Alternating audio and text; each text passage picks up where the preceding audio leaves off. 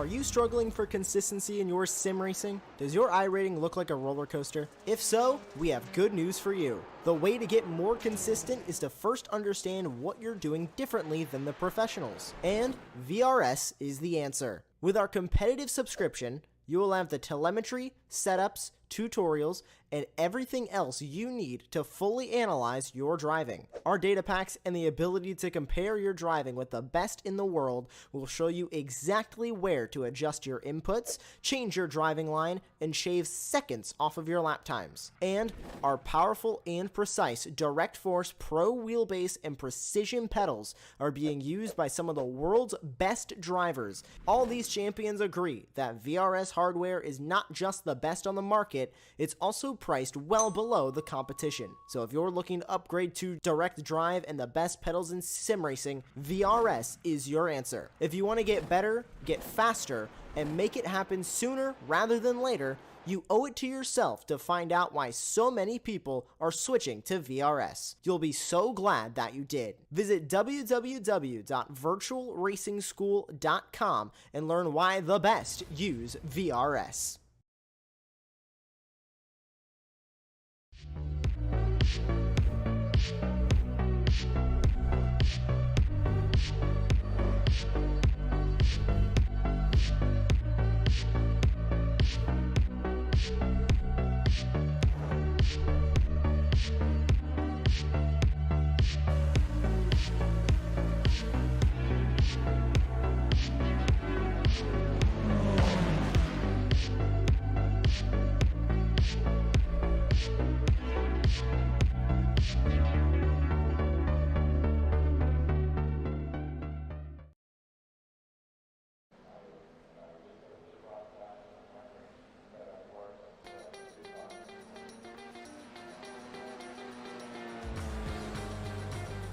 Hi, everybody, and welcome to the Brickyard, Indianapolis Motor Speedway.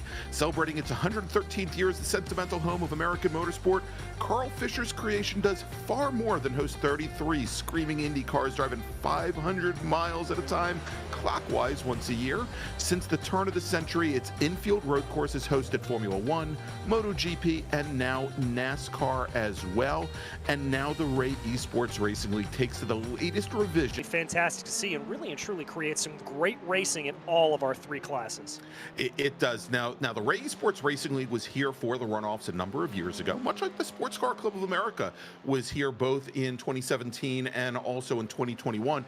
But when we raced here at the runoffs, we used the older layout that used turn 6 and 6 alpha before turning onto the Holman Straight.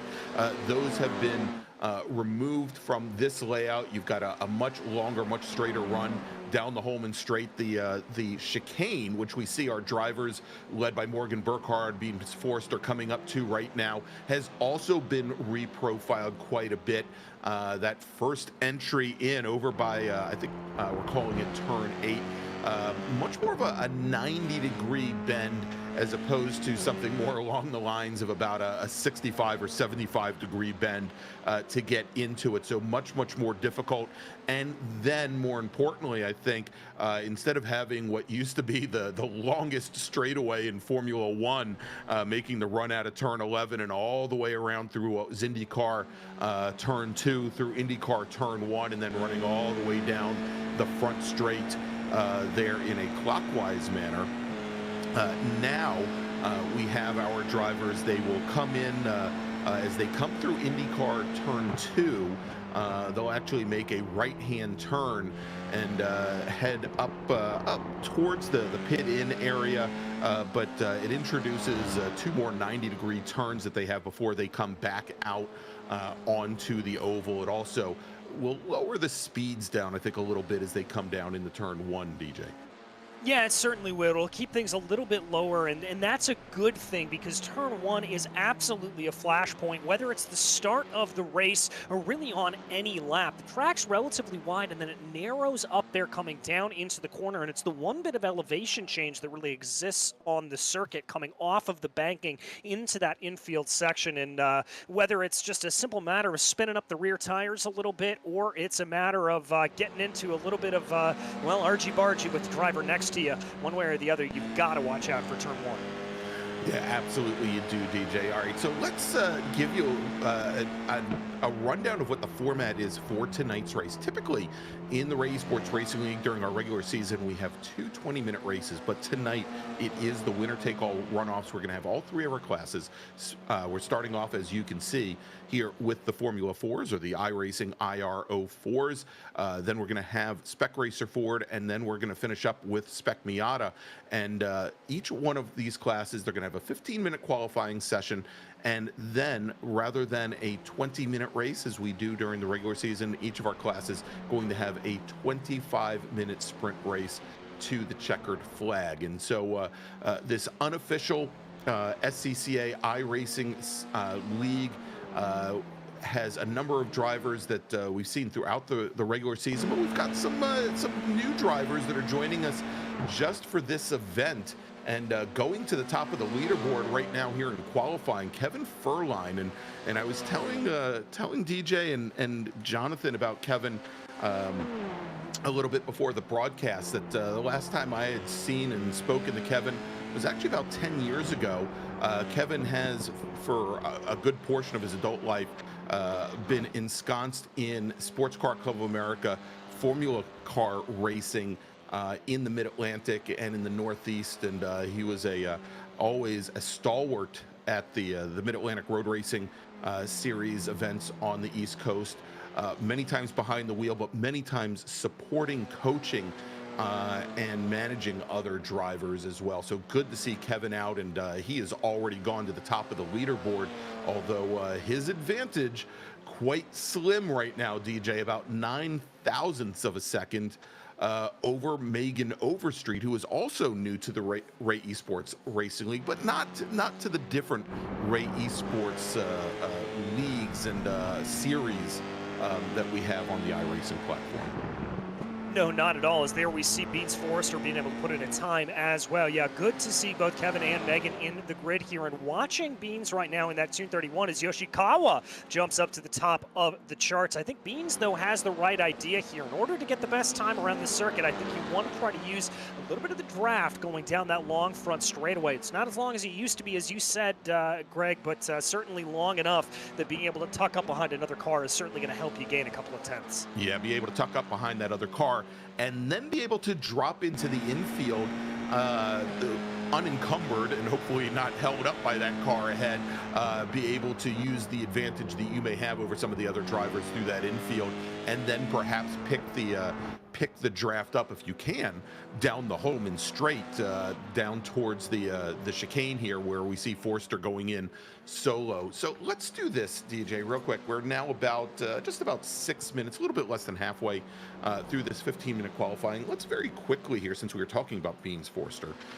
recognize our Season 7, our Fall Tour champions, and medal winners in Formula 4. Beans Forster was our Season 4 champion in the class with 117 points, takes the win and takes the championship over Formula Car driver in real life Justin Huffman by 15 points. Huffman with 102 points, and then John Vogel, another 15 points back from there with 87. So those were your gold, silver, and bronze medal finishers. Then Deacon Greenfield, Joaquin Effinger rounding out the top 5. Should be noted that I believe Beans primarily known for his virtual car racing, whereas Justin Huffman races in the Sports Car Club of America, a Formula Enterprises 2 machine, and he's done quite well at the National Championship runoffs before.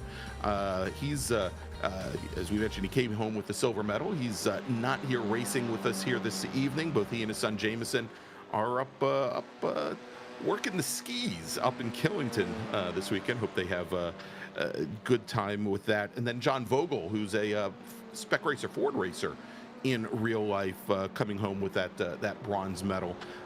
So good to see some strong running here, and a lot of regulars here in this class. As we mentioned, Deacon Greenfield, and looking to see if Greenfield is in the field here tonight. He is currently sitting right around the middle of this 13 car field, currently qualified 7th, and and looks like he had a little issue with that particular lap. So his fourth flying lap going to be invalidated. He's going to have to make another run at it, and certainly not going to have a great amount of speed there coming off of that spin right before he comes onto the front straight. And I would be surprised if he's able to improve on the next flying lap, given that run he's got. Yeah, it's going to certainly put him down there a little bit, and that highlights one of the other danger areas on this circuit. Coming down through 12 and 13, not only is 12 an area for a little bit of a surprise attack for some drivers. I've seen plenty of drivers be able to get a move down into that right-hander, but as you come down through 13 and really a lot through most of the slow-speed corners on this circuit, you've got to be very, very soft on the throttle. You can't absolutely floor it coming out of here. I suspect that may be what happened there to Deacon coming out of 13, that he just got on the throttle a little too aggressive, spun the rear tires, and that was enough to send him around.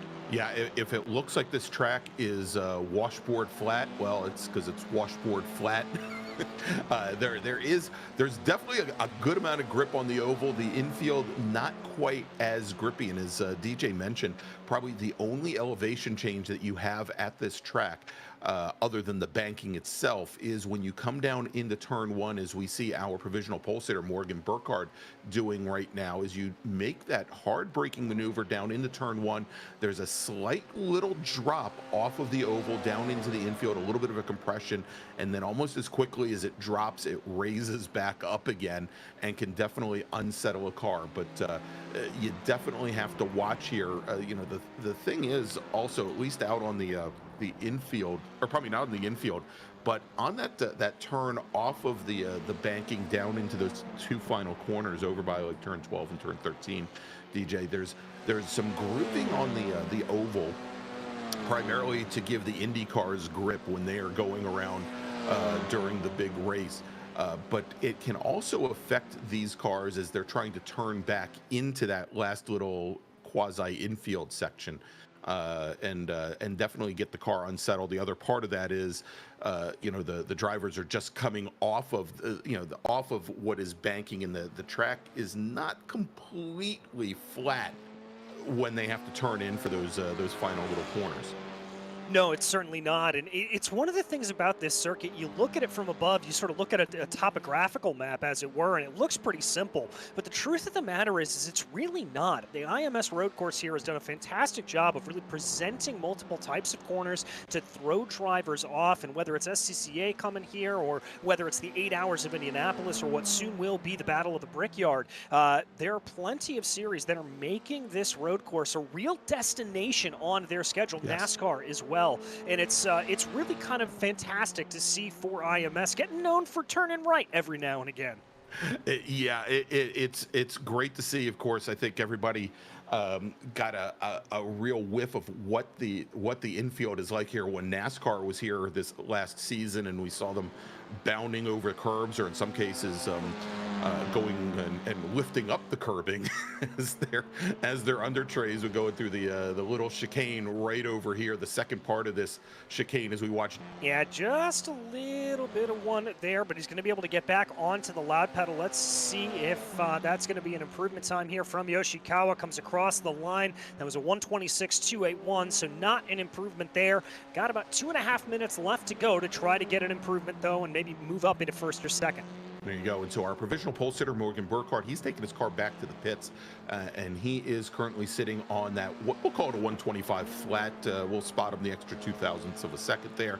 Megan Overstreet, who has been racing quite strongly in the Weekend Warriors Formula V and also Spec Racer Ford leagues. Her first time here joining us on the Ray Sports Racing League. Nice to have her out, as we mentioned.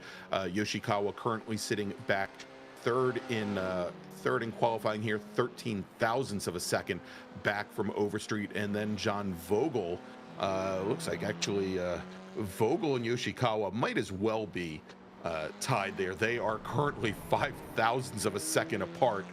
That's what's separating third and fourth, what would currently make up your second row on the start here. Now, DJ, a couple of quick changes also for this one-off event. During the regular season, when drivers had issues, maybe some contact whether it be with other drivers or with the walls. We did not offer what iRacing calls a fast repair, which essentially would mean that in the case of a 20-minute race, you could be spending a heck of a lot of time on the pit lane and not really have the ability to get back out there, kind of like real world SCCA sprint racing. But we are giving the drivers a single fast repair tonight, so if there is an issue, you know, the chances of them coming back and taking the win pretty slim, but at least it'll let them get back out and enjoy the race and compete with their fellow drivers, as opposed to having to spend 20 minutes of a 25-minute race on the pit lane.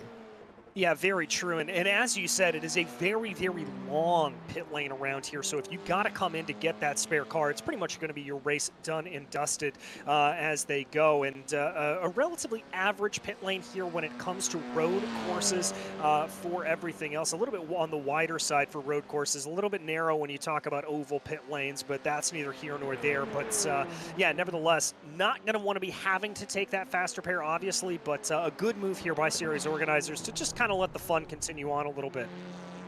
There we go. And also having a little fun there, we can see Deacon Greenfield still trying to get out of 7th and still having trouble at that one little section coming through 12 and 13, the last couple of corners. He brings the car down the pit lane, and that is where his qualifying is going to end as we've hit the 15-minute mark. Checkered flag is in the air. Last flying laps here for our drivers will count as we're on board right now with Joaquin Effinger currently sitting 13th in the field, seeing if he can improve upon a 129.05.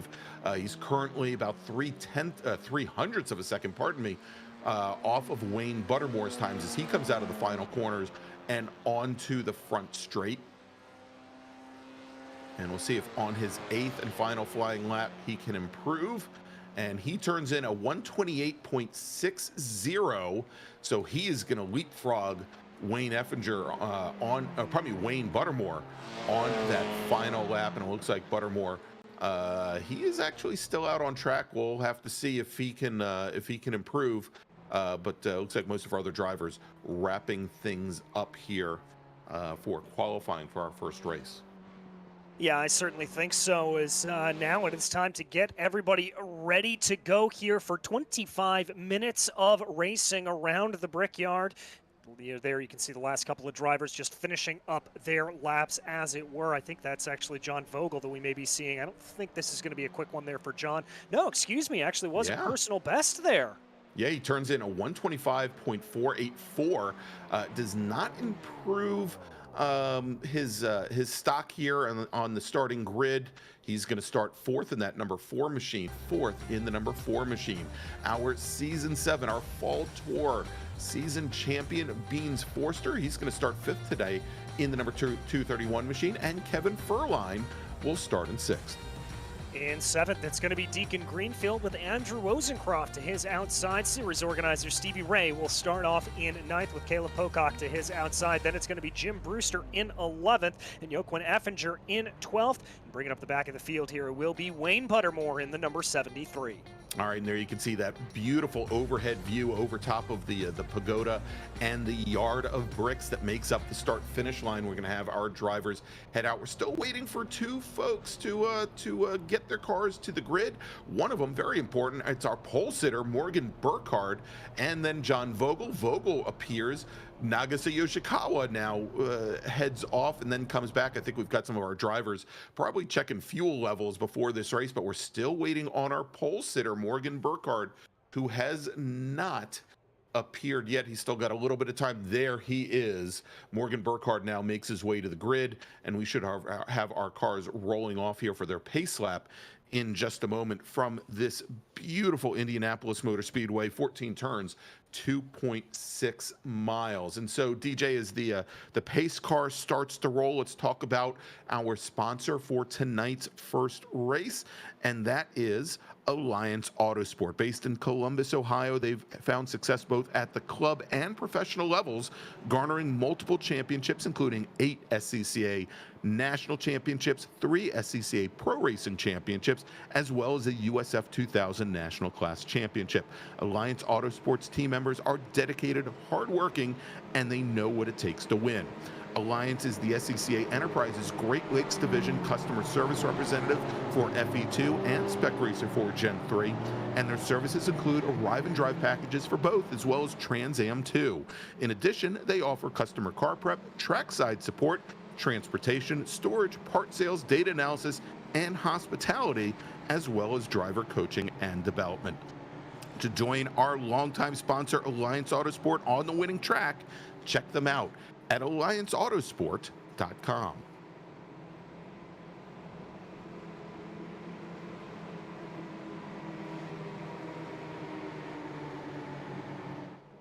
And you can see now as we've got the pace car bringing the field around onto that the second longest straightaway here at Indianapolis Motor Speedway, the Holman Straight. As looks like a few of our drivers we can see here as we're on board with our Season 7 champion Beans Forster. A couple of our drivers, DJ, looks like they may be doing a little bit more dragging the brakes and, one. And, if you do go deep on the brakes, it narrows up, that turn one section narrows up very, very quickly, as we now have the pace car on the pit lane. Morgan Burkhardt, your pole sitter, has the field in the red, white, and blue number 40 machine. Megan Overstreet in the purple, black, and pink number 044 right beside him to his left. Then we've got Yoshikawa and Vogel making up row number 2, as we've got 13 cars strong coming down the front straight, waiting for the green flag. And there it is, green flag in the air from Indianapolis. And we already have now, moving down to the inside, John Vogel in the black number 4, as Burkhardt goes to the left. And now Megan Overstreet drops all the way back. She stays all the way driver's left, going to be very cautious going down to turn 1. Big brake lock up, huge brake lock up there from, I believe that was John Vogel, and gets into our pole sitter, Morgan Burkhardt, who now has fallen all the way to the back of the field. And was that Vogel? No, that was Megan Overstreet in the 044, as we're now 4 wide going into turn number 3. And Wayne Buttermore is involved. Joaquin Effinger is involved. It looks like Overstreet once again, who may have some damage to that car. But our new leader coming down the Holman Straight for the very first time, it's Deacon Greenfield in the number 36 machine. Yoshikawa running in second. Beans Forster running in third. And then we've got Kevin Furline running in fourth. Let's take a look and see exactly what happened here. Well, I think it was exactly what we were talking about a little bit, Greg, coming down into the corner, just a big lockup of the brakes there. Coming on in, you can see those front tires lock. You can see them pointed out to the right as they tried to get around, and it's just a simple matter. When the brakes lock like that, you're going to have no grip at all. Yeah, and so that was Yoshikawa in the other purple car, the purple and black car that came all the way down the inside and got into our pole sitter. And it looked as though Megan Overstreet may have gotten a little bit of damage to the left front suspension, as she had clipped Morgan Burkhardt coming through turn 1. And you can see there that left front wheel, it's not touching the ground all that much, as she's basically 3-wheeling it right now. And you can see that car just doesn't want to turn left as she takes to the pit lane. And I suspect she's going to use up that fast repair. Unfortunate for our outside pole sitter, as Morgan Burkhardt has gone to the pits as well. So both of our front row drivers now sitting on the pit lane, as Deacon Greenfield is your leader. Yoshikawa running in second, now about 2 car lengths back. Beans Forster about 4 car lengths back from there. Then Kevin Furline. And didn't mention Stevie Ray, who started in 9th. He's now up to 5th. The Ray in the Ray Esports Racing League. Want to thank Stevie, as always, for putting together a great league, great series. And we'll see how he makes do tonight, as my understanding is he took some time off from the day job in order to be here and be able to race tonight. Well, I absolutely love to hear that from Stevie Ray, being able to put in a good time, and I'm sure a gain of 4 positions up into the top 5 will make him a very, very happy customer here at this point. Has a little bit of a gap over Vogel and Wozencroft, and just needs to focus on what is now turning into a fierce scrap up for the lead of this race. And here we go now, side by side, coming out of the final corner onto the front straight. It's Deacon Greenfield and Beans Forster. Yoshikawa drops behind Greenfield for the moment, then moves up, and now moving to the inside. Kevin Furline trying to decide if he should make it 4 wide. He's going to sit behind Forster as Greenfield and Forster come into turn 1. wheel to wheel. We've got Greenfield to the left, we've got Forster to the right, and then Yoshikawa tries to come underneath. Greenfield cannot get past that pass made as they come now out of turn 3, go through the chicane and onto the Holman straight, our new leader. And it's not over yet though. Here it's Beans Forster, who's got about an eighth of a car length now over Yoshikawa, coming down all the way down the inside. And I think here, if I'm Beans, I'm going to try to back out of this a little bit early, but no, he's going to stay in it there. That's going to allow him to hold on to second place. Deacon Greenfield able to move his way up into first, and that was really all precipitated by, Greg, the fact that Beans got a little bit offline coming down through turn 4, and that set him up for a bad run through 5 and 6. That's right, and so as Forster maybe got out of the throttle a little bit early, as Yoshikawa, who's all the way down the inside, did the same. That allowed Greenfield to retake the lead as they come through the final corners here and back out onto the front straight as they go to complete lap number 3, as both Greenfield and Forster now have opened up about a 4-car length advantage over Yoshikawa. And Forster, he's going to make another run at Greenfield now, coming down the front straight. He gets a great run out of the final corner. They are once again wheel to wheel as they come under braking down into turn 1. And Greenfield trying to take that wide set, and you can go a little bit to the left of the white line there, goes very deep into the corner, manages to hold off the 231 machine, but in doing so has allowed Yoshikawa to get back into this battle as Kevin Furline, he's just, he's not giving up any ground to the top 3 here. He just seems to be kind of content sitting back there and watching. Well, with as aggressive as we've seen these moves out of Yoshikawa, Beans, and Deacon Greenfield here, I've got to think that Furline is in a pretty good position. There's a decent chance that we're going to see a little bit of carnage here if these drivers continue to drive the way that they are, and Furline's going to be the one to be able to pick up the pieces if that happens. All right, and as they come out of that chicane and onto the Holman straight, you saw that Greenfield maybe got a little wide. Actually, that was through the second chicane. Maybe Greenfield got a little bit wide, did not get a great run as Forster, though, coming now stays low, stays driver's right as they come through turn 12, but he's going to get pushed to the outside as they come through the final corners. Beans comes right across the nose of Greenfield, and you can see Furline starting to sneak up just a little bit. Should be noted here that Morgan Burkhardt had just run the fastest lap of the race at a 1:26.45. He's sitting back in 11th, and almost as quickly as he did, Megan Overstreet turns in a 1:26.24. She now has the fastest lap of the race as she and Burkhardt are trying their best to make up ground. They are both about a half a lap back from our leaders, as we see right here, as it looks like we might have had an incident down at turn 1, back behind this battle for the lead. And I think that may have been Stevie Ray here, and indeed it was. Ray down on time and down into 7th place. All right, let's take a look. I think we've got it queued up, and we'll see what happened to Stevie Ray coming down into turn 1. Looks like here, just a little bit too much speed into the corner. Rear end didn't want to give him the grip. Maybe a little bit of lock up there on those tires as well, and that was just enough to send him spinning around. There we go. So we go back live now.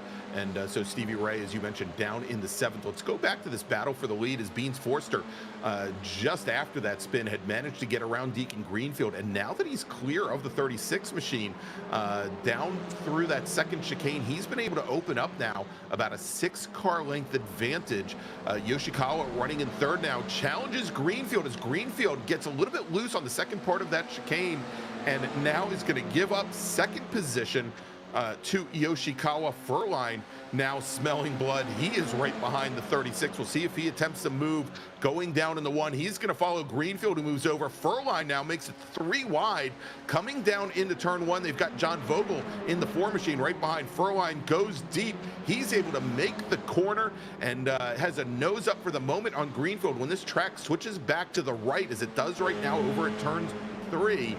Furline escape, he holds on to 2nd position, but as you mentioned now, he is almost 5.5 seconds in arrears of our leader, Beans Forster, who in one moment probably looked in the mirror, saw 4 cars side by side, looked up again, and saw nothing.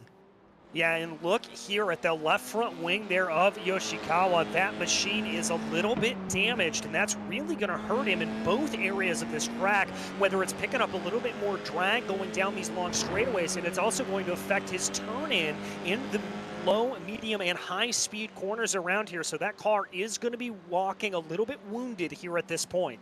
Yeah, and you can see Wozencroft definitely starting to make up ground. He is about 2.5, almost 3 seconds back from Yoshikawa that last time by. Almost 2 full seconds faster. Of course, Yoshikawa had the incident on the last lap. We'll see what Wozencroft can do if he can make up the ground here.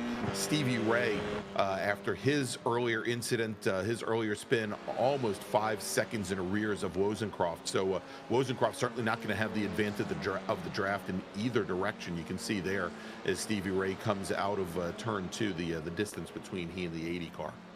Yeah, it's a pretty big gap here at this point, and both incidents on the first lap and on lap 7 really causing this field to spread out. It's going to be a bit of a welcome relief, I think, for some of these drivers. They're just going to be able to get their nose down and focused up ahead of them, but it's going to deny us a little bit of action here for the moment, because as you said, Greg, I think these gaps are going to come down a little bit as things continue to work their way around. All right, and as we move back over, this is Morgan Burkhardt, our pole sitter tonight, currently sitting in 8th. He is making up ground very quickly on Caleb Pocock. Last time by 2 seconds faster than the blue number 88 machine ahead. Now, Burkhardt, he's still got a long way to go to get back towards the front of the field here, but in this longer format race, we are not even halfway through our 25-minute battle. Now as the clock just crosses the 11-minute mark, and we have almost 14 full minutes remaining here at Indianapolis for our Formula 4 drivers. Yes, we do, and we didn't get a chance to talk about this, but that extra 5 minutes here, Greg, could be